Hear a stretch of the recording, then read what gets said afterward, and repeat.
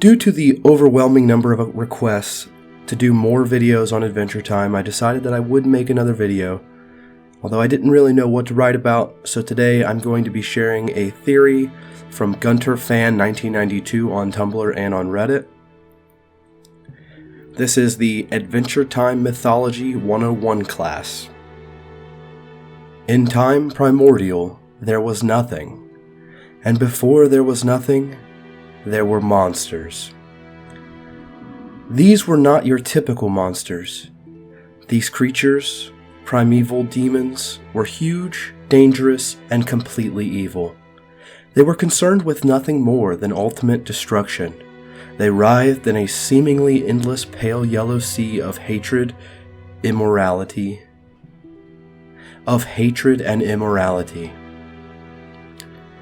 One of these demons was named Orgalorg. She was smaller than most of the other demons, but eventually her name would go down in history as one of the most dangerous and dastardly creatures to have ever emerged from the void. She went by many names, but one of them was Orgalorg, the Breaker of Worlds. Sometime in the future, Orgalorg would enslave whole galaxies, but she would eventually incur the wrath of Abraham Lincoln, the King of Mars. He would send Globgrob to fight the demon. Orgalorg was defeated and fell backwards through time and landed onto Earth, where the gravity compressed her into the shape of an innocuous penguin. Orgalorg was totally amnesiac and knew nothing of her former life. Eventually, she was adopted by the Ice King, who would refer to her as Gunter, on the nature of magic and the Ice Crown. The demons flailed in the void for uncountable aeons. Eventually, however, something happened. A major event, perhaps? Reality came into existence, and the multiverse was born. No one really knows what became of those demons. Some were presumably destroyed. Others were transformed into other beings. Still, others probably fled to the deepest and darkest parts of the multiverse, where they sleep to this day. Millions of years ticked by. Life began to flourish and fill the universe. During this time, magic was not just a thing from stories, it was reality. Magic users then, and now in contemporary Ooo, were defined by three factors. They were mostly all mad, they were all filled with sadness, and they could all wield magic. These three factors made wizards a strange breed, and it also meant that the opportunity for magical abuse was ever present. On Earth, magic users lived on this planet, coexisting with dinosaurs and other fantastic creatures. It seems that this prehistoric period was mostly uneventful. However, every 1,000 years, a catalyst comet would smash into the antediluvian version of Ooo. These comets very rarely would leave any sort of lasting effects. However, one specific catalyst comet carried an essence that ached for total destruction. Urgence Evergreen, a great and powerful ice elemental, foresaw the destruction that this essence would cause and crafted a magic crown that utilized wish magic. When placed on the user's head, it would make their one true wish a reality. Unfortunately, Evergreen's feeble-minded, albeit good-natured and abused assistant, Gunter, placed it on his head, resulting in the crown being marred and the comet smashing into Earth. The dinosaurs were extinguished, and magic was buried for millions of years. All this while, the crown slept. In a year not far removed from our own, an antiquarian by the name of Simon Petrikov purchased Evergreen's ancient crown from a dock worker in Scandinavia. Assuming it was merely a trinket, he placed the crown on his head, but the marred wish of Gunter caused Simon to grow mad. The crown whispered things to him, telling him that he was the master of ice and snow, and he began to believe that he was Evergreen. The event caused his fiancée Betty to leave him and travel into the future in order to save him. On the Mushroom War. It was during this time that some sort of arms race rapidly deteriorated into an all-out nuclear war.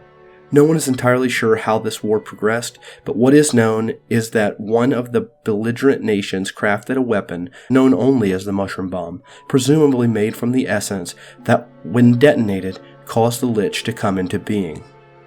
This malevolent being thirsted for wanton destruction and extinction of all life. He roamed the planet for hundreds of years before he was trapped in amber by Billy the Hero. According to the presumable diary of Simon Petrikov, the effects of the mushroom war caused a thin mist to descend upon the world, which turned innocent people into goo zombies. During this apocalyptic episode, humanity itself was almost completely eradicated, and whole cities were left in ruins. Following the war, Simon, who was still admirably fighting the effects of the crown, discovered a small girl by the name of Marceline in the rubble of a city. The two became close friends, that is until Simon truly lost himself and became the completely deranged Ice King. On the history of Marceline. Marceline was born to Hunson Abadir, the demonic overlord of the Nightosphere, and as of now, an unnamed human woman. At some point, when she was very young, she was abandoned on Earth and discovered by Simon. Although he eventually succumbed to the crown's madness, she never forgot how much he helped her during those times of harsh survival. Marceline spent her preteen and teen years among the wreckage of the world, eking out a living as a scavenger. At some point, she discovered a small poodle, which she adopted and named Schwabble. Eventually, she met her father, but his self-centered and non-loving attitude upset her. She sent him back to the Nightosphere after he callously ate some of her fries without asking. Around this time, Marceline also started to hunt down vampires, creatures that posed a threat to not only herself but also others around her. Eventually, she discovered that she could gain the powers of vampires by absorbing their souls. One by one, Marceline annihilated these creatures, but when she managed to best the Vampire King himself, she was turned in the process.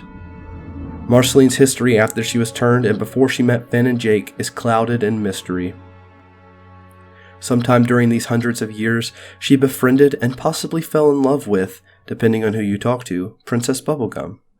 The two would often spend time together by exploring the rock candy mines. Bubblegum, however, grew so busy and obsessed with ruling her kingdom that their relationship deteriorated, although the two would eventually make up.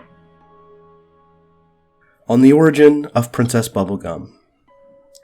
Following the Great Mushroom War, humanity was almost extinct.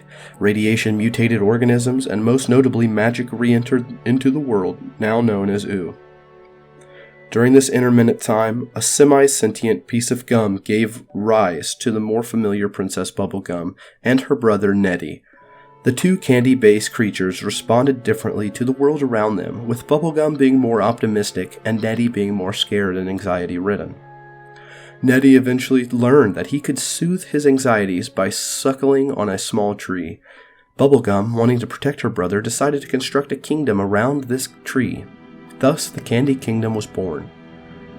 Bubblegum soon grew in intelligence and discovered how to create candy-based life. These individuals would become her citizens. But during this early time, Ooo was not safe. Bands of brigands and criminals roamed the lands. The Candy Kingdom was the target of presumably dozens of attacks. Bubblegum poured hours of her time into developing more and more advanced technology, such as the awesome Gumball Guardians. Soon, the Candy Kingdom was the greatest superpower in all of Ooo. Bubblegum was benevolent, but she also had an authoritarian streak. On the nature of Finn the Human. Somewhere in this timeline, a catalyst comet delivered another essence into the world. But this essence was good. For thousands of years it was reincarnated into various forms, including a butterfly, a pile of goo, and a humanoid female named Shoko. Eventually this good essence was sealed in another, more familiar meat body, Finn the Human. Finn was born to a vagabond and criminal by the name of Martin. According to Martin, Finn was born on a boat in the middle of the ocean, although the story may not be entirely factual. Soon after his birth, Finn was abandoned into the woods where he was eventually discovered by Joshua and Margaret, two crime-solving dogs. The canines took pity on Finn and raised him as their own, alongside their two other pups, Jake and Jermaine. All three brothers would remain on friendly terms, but Finn and Jake developed a particularly strong bond.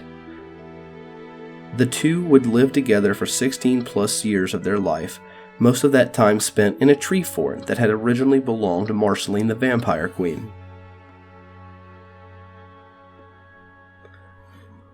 On the origins of Jake the dog. Before Joshua and Margaret discovered Finn, the two were on the heels of a strange shape-shifting creatures. The being managed to bite Joshua and implanted an egg in his head. The shapeshifter's DNA merged with Joshua Dog's genetics, and Jake was born from the mix. Who exactly Jake's shape-shifting father is remains a mystery, although, and this is completely conjecture, it is entirely possible that the mysterious being was one of the many demons that existed before time itself. On miscellaneous things. There are various other elements about Ooo that we know a little about. There is some sort of pantheon of gods and celestial beings that occasionally interfere with the affairs of lesser creatures. The Cosmic Owl, Prismo, and Death. Where they came from and who they are working for is unknown. The eccentric inventor Mo Giovanni dedicated his life's work to developing sentient robots capable of giving and receiving love. One of this most beloved creatures, Bimo, would go on to live with Finn and Jake. Mo was also responsible for designing the sleeping giants, presumably weapons of mass destruction. It is unknown as to what these devices were used for, but according to the Flame Princess, they were the progenitors of the Fire Kingdom. Following the fall of humanity, some members of the human race escaped to Mars, using plans for a space colony developed by Mo. Over hundreds of years, these humans mutated into a new race of highly intelligent people skilled with magic, Martians. Their leader was Abraham Lincoln, and 2 or 5, depending on how you count them, Martians known as Globgrob Grodgob and Magic Man were second only to Abraham Lincoln himself. However, a malevolent entity named Golb, whose origin is completely unknown, stole away Magic Man's wife Margles, causing a chain reaction that eventually drove Magic Man insane. With both Lincoln and Globgrob Grodgob deceased in the series' current timeline, Magic Man may one day ascend the throne of Mars. Only time will tell. In the 6th season finale, Princess Bubblegum was peacefully deposed by her own people. The fraudulent King of Ooo was installed as the new princess. Orgalorg reawoke and attempted to consume the power of a new catalyst comet, only to be stopped by Finn and Jake. Finn was offered a chance at ascending to a higher plane of existence by the comet, but he turned it down to chill in Ooo for a little while longer. His father, however, took the comet up on its offer and disappeared from this plane of existence. What will happen next? Tune in this fall to find out. Well, we've seen quite a few more seasons since this original post happened, and it's interesting to see how things have progressed in the series. And some arcs continued while others kind of were forgotten. So I guess this was less of a theory, but more of like a history, an overview of the major events that happened in Ooo that shaped Ooo and made Ooo the way it is, the way that we know it today. So I'm really sorry that it's been a while since I released my last theory video, and I know you guys really like the Adventure Time stuff, but it's just, there's not a lot for me to say anymore, so I haven't really known what to write about. It's kind of why I've been looking to hire some writers, get people on staff that could actually write for me and help me with that process, because once you do a lot of these things, you kind of get to a point where you're scratching your head. I don't know, maybe that's just me. But at any rate, I appreciate you all taking the time to watch this video. If you liked it, give it a like. If you didn't, give it a dislike. Just let me know what you thought in the comments below. And as always, I will catch you in the next video. Thanks for watching.